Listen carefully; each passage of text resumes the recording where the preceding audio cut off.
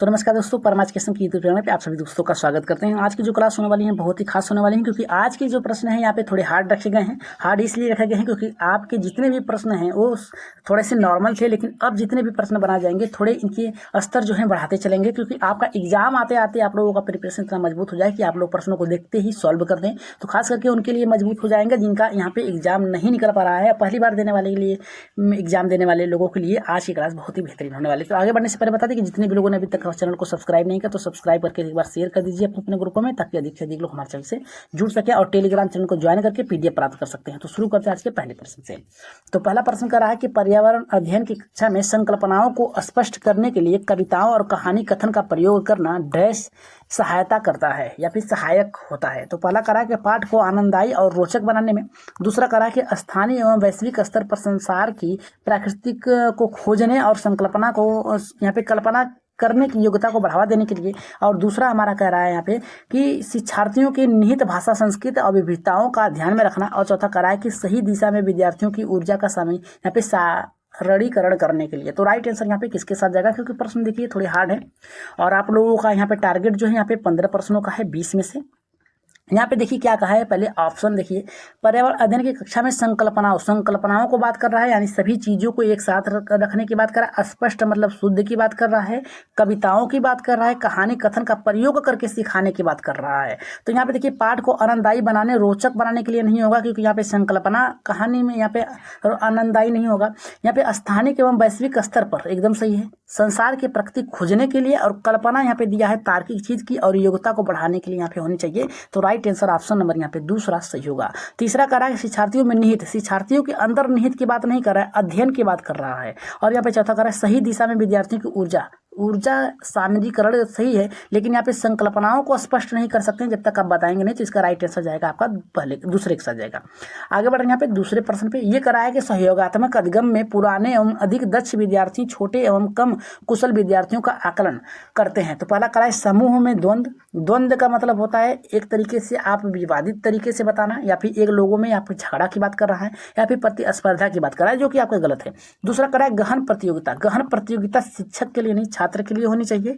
करा उच्च उपलब्ध और यहाँ पे स्वयं गरिमा, यानी खुद से करने के लिए और खुद से बालक को यहाँ पे तार्किक रूप से सोचने के लिए बताना, तार्किक रूप से यहाँ पे बताने के लिए। तो यहाँ पे राइट आंसर जो जाएगा दूसरे का यहाँ पे तीसरे के साथ जाएगा।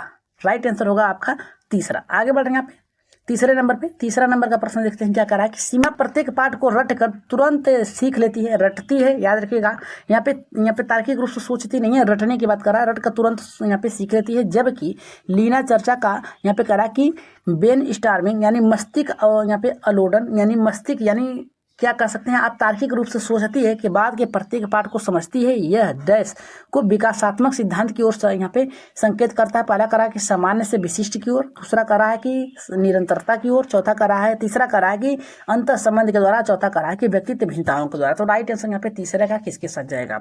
तो यहाँ पे देखिए हर बालक जो होता है उसकी सीखने की शक्ति अलग अलग होती है, तो हम कह सकते हैं व्यक्तित्व भिन्नता होती है, जिसके कारण क्या होता है बालक क्या करता है अपनी क्षमता के अनुसार अपनी योग्यता के अनुसार सीखता है। दो बालक एक समान नहीं हो सकता है, तो इसलिए हमारा राइट आंसर जाएगा आपका चौथे के साथ जाएगा। आगे बढ़ रहे हैं यहाँ पे चौथा प्रश्न देख लेते हैं क्या कर रहा है हमारा। चौथा प्रश्न ये कर रहा है निम्नलिखित में से रोगों का वह समूह चुनिए जो मच्छरों से फैलता है। ये प्रश्न आपको 1 नंबर देके जाएंगे, क्योंकि हर वर्ष ये प्रश्न हर वर्ष पूछता है, कोई ऐसा वर्ष नहीं है जिसमें नहीं पूछा हो। पहला करा है डेंगू, मलेरिया, चिकनगुनिया, दूसरा करा है कि मलेरिया, हैजा यहाँ पे मियादी बुखार, चौथा करा है तीसरा करा है मलेरिया, डेंगू, हैजा, चौथा करा है कि मलेरिया, चिकनगुनिया और मियादी बुखार। तो राइट आंसर यहाँ पे किसके साथ जाएगा, जल्दी से कमेंट कर दीजिए चौथे का। तो चौथे का जो राइट आंसर होगा हमारे यहाँ पे पहले के साथ जाएगा डेंगू, मलेरिया और चिकनगुनिया। ये रोगों का समूह है, मच्छरों से होते हैं। तो राइट आंसर यहाँ पे देखिए यहाँ पे हैजा दिया है, जो ये हैजा दिया है ये आपका महामारी से हो जाएगा। बुखार भी किसी भी कारण हो सकता है, ठीक, हैजा आपका महामारी से होगा। और इसमें देखिए ये मियादी बुखार जो है, मियादी बुखार यहाँ पे नहीं होगा। मलेरिया और चिकनगुनिया तो सही है। राइट आंसर ऑप्शन नंबर यहाँ पे पहला सही होगा। आगे बढ़ रहे हैं यहाँ पे अपना कमेंट में अपना आंसर दीजिएगा। ये देखिए बहुत ही अच्छा प्रश्न है, यहाँ से आपके एक प्रश्न बनेंगे श्योर है। करा सांपों के संदर्भ में सही कथन क्या है। हमारा पहला करा है हमारे देश में केवल 4 प्रकार के जहरीले सांप पाए जाते हैं, एकदम सही है पहला। दूसरा हमारा यहाँ पे देखिए क्या कर रहा है दूसरा हमारा ये करा है नाग कोबरा जहरीले सांपों का एक समूह है, एकदम सही है, ये भी आपका दूसरे नंबर पे आ गया। तीसरा करा है कि जहरीले सांप के 4 खोखले दांत होते हैं, याद रखिएगा क्या करा है, 4 खोखले दांत होते हैं। जब सांप किसी व्यक्ति को काटते हैं, यहाँ पे देखिए 4 नहीं होते हैं, 2 खोखले दांत होते हैं, इस आधार पे ये तीसरा गलत हो गया। व्यक्ति काटते हैं तो जहर के खोखले दांतों से अंदर शरीर के चला जाता है, ये इतना तो सही है, लेकिन यहाँ पे 4 की जगह यहाँ पे 2 होगा। चौथा करा है सांप के काटने की दवाई सांप के जहर से बनाई जाती है, एकदम सही है, ये तीसरे नंबर पे आएगा, यानी चौथा होगा।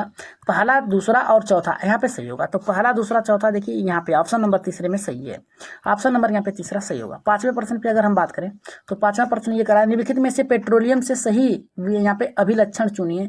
पहला करा अच्छी गंध का पतला नीला रंग द्रव, और यहाँ पे दूसरा करा है बिना गंध का गाढ़ा तथा गहरे रंग का तरल, और यहाँ पे तीसरा करा है कि बदबूदार गाढ़ा रंग गहरे का तेल होता है, और यहाँ पे चौथा करा है कि बदबूदार पतला या पीला द्रव होता है। तो राइट आंसर यहाँ पे छठे का किसके साथ जाएगा। अगर हम देखिए यहाँ पे बात करें पेट्रोलियम की तो ये बदबूदार होता है, इसमें अच्छा है, गलत है। इसमें बिना गंध की, गंध तो होता है, ये भी गलत है। बदबूदार इसमें भी है, बदबूदार इसमें भी होता है। गाढ़ा होता है, इतना याद रखिएगा आप लोग, ये जो होता है क्या होता है, गाढ़ा होता है। ये पतला बता रहा है, जो कि आपका गलत हो गया यहीं पे। गहरे रंग का तेल होता है, एकदम सही है। राइट आंसर जो जाएगा हमारे यहाँ पे तीसरे के साथ जाएगा। आगे बढ़ रहे हैं यहाँ पे नेक्स्ट प्रश्न पे, जो कि आपका 7वां प्रश्न है, और बताइएगा कि आज आप लोगों ने कितने प्रश्न किए हैं। ये देखिए एनसीईआरटी के प्रश्न है, यहाँ से आपके एक प्रश्न बनेंगे। करा मधुबनी चित्रों को बनाने के लिए चित्रकारों द्वारा उपयोग किए जाने वाले रंग होते हैं। पहला करा कि सोने चांदी से घोल कर बनाने वाले पेंट होते हैं। देखिए सोने चांदी से घोल कर कोई पेंट नहीं बनाया जाता है, ये बहुत ही महंगे होते हैं। दूसरा करा हमारा यहाँ पे पीसे हुए चावल के रंगीन घोल होते हैं, एकदम सही है, यही ऑप्शन सही होगा। विशेष प्रकार के पोस्टर पे रंग होते हैं, गलत है। अति उत्तम गुणवत्ता वाले फाइबर पेंट होते हैं, फाइबर पेंट नहीं होते। राइट आंसर ऑप्शन नंबर यहाँ पे दूसरा एकदम सही होगा। मधुबनी जो है आप लोगों को पढ़ा दिया गया है, इसके बारे में आप लोग जानते हैं। यहाँ पे देखिए प्रश्न कह रहा है हमारा डिस्लेक्सिया मुख्यतः डैश की समस्या से साथ संबंधित है। पहला करा है कि बोलने और सुनने की, दूसरा करा है पढ़ने की, तीसरा करा है कि सुनने की, चौथा करा है कि बोलने की। तो राइट आंसर यहाँ पे किसके साथ जाएगा, 8वें का।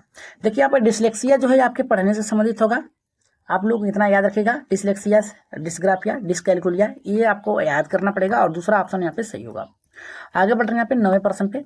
9वां प्रश्न देखते हैं क्या करा है। 9वां प्रश्न ये करा है पर्यावरण अध्ययन की पाठ्य पुस्तक में अभ्यास एवं गतिविधियों को उपलब्ध करना चाहिए। पहला करा है प्रकरणों के अंत में अंतर्निर्मित से, दूसरा करा है पुस्तक में अलग अलग स्थानों पर, तीसरा करा है कि इकाई के अंत में, चौथा करा है पाठ के अंत में। तो राइट आंसर यहाँ पे 9वें का किसके साथ जाएगा, तो पर्यावरण अध्ययन की पाठ्य पुस्तक का अभ्यास एवं गतिविधियां जो है लास्ट में कराई जाती है, अंतर्निर्मित होनी चाहिए। प्रकरण से जो भी पढ़ाया जा रहा है उससे संबंधित होना चाहिए, ठीक, संबंधित होना चाहिए। तो राइट आंसर ऑप्शन नंबर पहला सही होगा। अगर हम बात करें 10वें प्रश्न की, तो 10वां प्रश्न देखिए क्या कर रहा है। 10वां प्रश्न हमारा ये करा है कि पर्यावरण अध्ययन के शिक्षकों को क्या करना चाहिए। पहला करा है बच्चों के दृष्टिकोण को स्वीकार करना तथा सम्मान देना चाहिए। दूसरा करा है कि अभिभावकों के विचार को स्वीकार, अभिभावकों के विचार को नहीं, यहाँ पे आप शिक्षकों, यहाँ पे छात्रों को देंगे। विशेषता प्रयोग पर ध्यान देंगे, विशेष प्रयोग पर ध्यान नहीं देंगे। विशेष पुस्तक और परीक्षाओं पर ध्यान देंगे, नहीं। राइट आंसर ऑप्शन नंबर यहाँ पे पहला सही होगा। आगे बढ़ रहे हैं यहाँ पे 11वें प्रश्न पे। 11 का देख लेते हैं क्या कर रहा है। कह रहा है कि प्राथमिक स्तर पर बच्चों के आकलन का सर्वश्रेष्ठ तरीका डैश होना चाहिए, गृह कार्य के माध्यम से नहीं। यहाँ पे देखिए गृह कार्य का दिया है, यहाँ पे देखिए दूसरा कार्य योगात्मक नहीं, पोर्टफोलियो के माध्यम से होना चाहिए। क्रमिक विकास किस प्रकार से वो सीख रहा है, किस प्रकार से की कठिनाई है, किस प्रकार से उसे आगे पढ़ाना चाहिए, इस पर ध्यान होना चाहिए। पोर्टफोलियो। राइट आंसर यहाँ पे होगा आपके तीसरे ऑप्शन में। आगे बढ़ रहे हैं यहाँ पे 12वें प्रश्न पे। 12वां देख लेते हैं क्या कर रहा है। कह रहा है एक शिक्षक पढ़ाते समय श्रव्य दृश्य सामग्रियों एवं शारीरिक गतिविधियों का प्रयोग करता है, क्योंकि वे किसके लिए, देखिए श्रव्य यानी सुनने का भी प्रयोग कर रहा है, दृश्य मतलब देखने का भी सामग्रियों का प्रयोग कर रहा है, और शारीरिक गतिविधियों यानी करके सीखने पर भी जोर दे रहा है, प्रयोग कर रहा है। क्योंकि वे किस लिए कह रहा है कि अधिगम वृद्धि में अधिकतम इंद्रियों का उपयोग करते समय। दूसरा कह रहा है कि शिक्षक को आराम उपलब्ध कराते समय। तीसरा कह रहा है कि प्रभावी आकलन को सुगम बनाने के लिए, और चौथा कह रहा है कि शिक्षार्थियों को दिशा परिवर्तन उपलब्ध कराने के लिए। तो राइट आंसर यहाँ पे 12वें का किसके साथ जाएगा। तो यहाँ पे देखिए क्या कर रहा है, श्रव्य दृश्य सामग्रियों का दिया है, तो सबसे पहले देखिए अधिगम की वृद्धि के लिए होगा। इंद्रियों का प्रयोग यानी गतिविधियां करा रहा है, तो शारीरिक गतिविधियां होंगी उपयोग कराने के लिए। तो राइट आंसर ऑप्शन नंबर यहाँ पे पहला सही होगा। आगे बढ़ रहे हैं यहाँ पे 13वें प्रश्न पे। 13वां प्रश्न देखते क्या कर रहा है। 13वां प्रश्न करा है कि डैश के अलावा निम्नलिखित पर्यावरण अध्ययन पढ़ाने की विधियां हैं। पहला करा है कि सहयोगात्मक अधिगम, दूसरा करा निर्देशित अधिगम या फिर खोज, तीसरा करा व्याख्यान द्वारा स्पष्ट, चौथा करा समस्या समाधान। तो राइट आंसर 13वें का किसके साथ जाएगा। तो यहाँ पे देखिए के अलावा पर्यावरण अध्ययन को पढ़ाने का विधियां हैं, व्याख्यान द्वारा स्पष्टता। राइट आंसर ऑप्शन नंबर यहाँ पे तीसरा सही होगा। आगे बढ़े अगर हम 14वें प्रश्न पे, तो 14 का देखिए क्या करा है। 14 का प्रश्न हमारा ये करा है कि डैश के अलावा बच्चे के विकास को आकार देने वाले वातावरणीय कारकों के निम्नलिखित शामिल हो सकते हैं। पहला करा है शिक्षा की गुणवत्ता, दूसरा करा है कि पौष्टिक की गुणवत्ता, तीसरा करा है शारीरिक गठन, चौथा करा है कि सांस्कृतिक। तो यहाँ पे कह सकते हैं संस्कृति। तो राइट आंसर यहाँ पे 14वें का किसके साथ जाएगा। अगर हम बात करें डैश के अलावा, यानी किसके अलावा विकास को आकार देने वाले वातावरणीय कारकों को निम्नलिखित शामिल किया जा सकता है, तो शारीरिक गठन। तो राइट आंसर यहाँ पे इसके अलावा, इसको छोड़कर सभी है। जैसे शिक्षा की गुणवत्ता पे भी जोर दिया जा सकता है, तो बालक यहाँ पे उसके सोचने विचारने में हो सकती है। पौष्टिक गुणवत्ता, अगर सही शारीरिक उसकी यहाँ पे शारीरिक व्यंग्यता जो है अगर गलत है तो वो नहीं सीख पाएगा, इसके लिए उसकी गुणवत्ता जरूरी होगी। संस्कृति, उसकी वातावरण किस प्रकार से, ये भी होता है।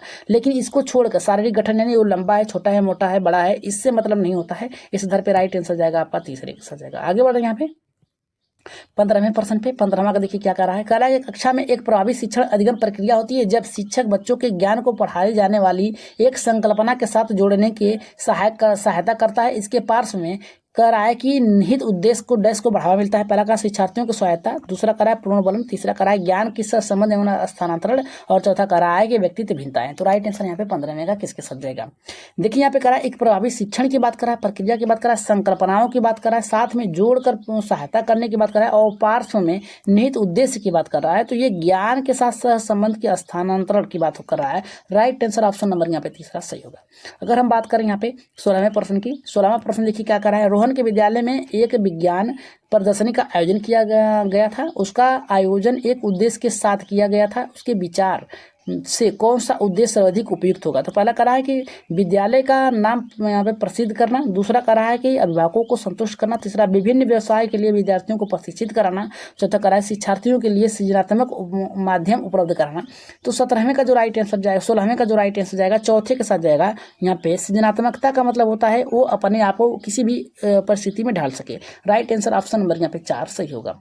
अगर हम बात करें यहाँ पे 17वें प्रश्न की, तो 17वां प्रश्न देखिए हमारा यहाँ पे क्या कर रहा है। कांसा यानी भ्रांस जो है विषय में जिसका उपयोग गोलकुंडा के किले में मिली तोप में किया गया था, इसका ये कथन कौन सा सही है। कांसा, तांबा, कापर तीन की मिश्रित धातु होता है। दूसरा कह रहा है कांसा जो होता है तांबा और यहाँ प्लेटिनियम की मिश्रित धातु से बना है। तीसरा कह रहा है कांसा एक तत्व है। चौथा कह रहा है कांसा जो होता है तांब, कापर और जस्ता जिंक की मिश्र धातु से बना हुआ है। तो 17 का राइट आंसर किसके साथ जाएगा। तो ये जो जाएगा कांसा जो होता है तांबा यानी कापर और टीन के मिश्रित धातुओं से बना है। राइट आंसर ऑप्शन नंबर 1 सही होगा। अगर हम 18वें प्रश्न की बात करें, अगर क्लास बेहतर लग रही है तो एक बार सब्सक्राइब कर लीजिएगा, साथ में शेयर कर दीजिएगा अपने अपने ग्रुपों में, और कोई भी डाउट हो तो कमेंट बॉक्स में अपना मत जरूर दीजिएगा। 18वां प्रश्न कर रहा है कि प्रयोग और अप्रयोगात्मक कार्य करते हुए श्यामा का निष्पादन शिक्षा के सर्वश्रेष्ठ होता है। उसे बहुत सृजनात्मक शिक्षार्थी माना जाता है, इसलिए वह डैश के संकल्पनाओं को सीखती है। पहला कर अपसारी, दूसरा मॉडलिंग, तीसरा अनुकरण, चौथा करा अभिसारी। तो राइट आंसर यहाँ पे 18वें का किसके साथ जाएगा। देखिए सृजनात्मकता की बात किया तो अपसारी का मतलब होता है फैलाव और अभिसारी का मतलब होता है यहाँ पे बटराव। मतलब कह सकते हैं कि जो आपके खुले अंत वाले प्रश्न होते हैं। ठीक, राइट आंसर जाएगा ऑप्शन नंबर 1 के साथ जाएगा। आगे बढ़ रहे हैं यहाँ पे 19वें प्रश्न पे। 19 का देखिए क्या कह रहा है कि अल बरूनी जिस देश से आया था उसका नाम क्या था। उज्बेकिस्तान था, ओमान था, अफगानिस्तान था, बांग्लादेश था।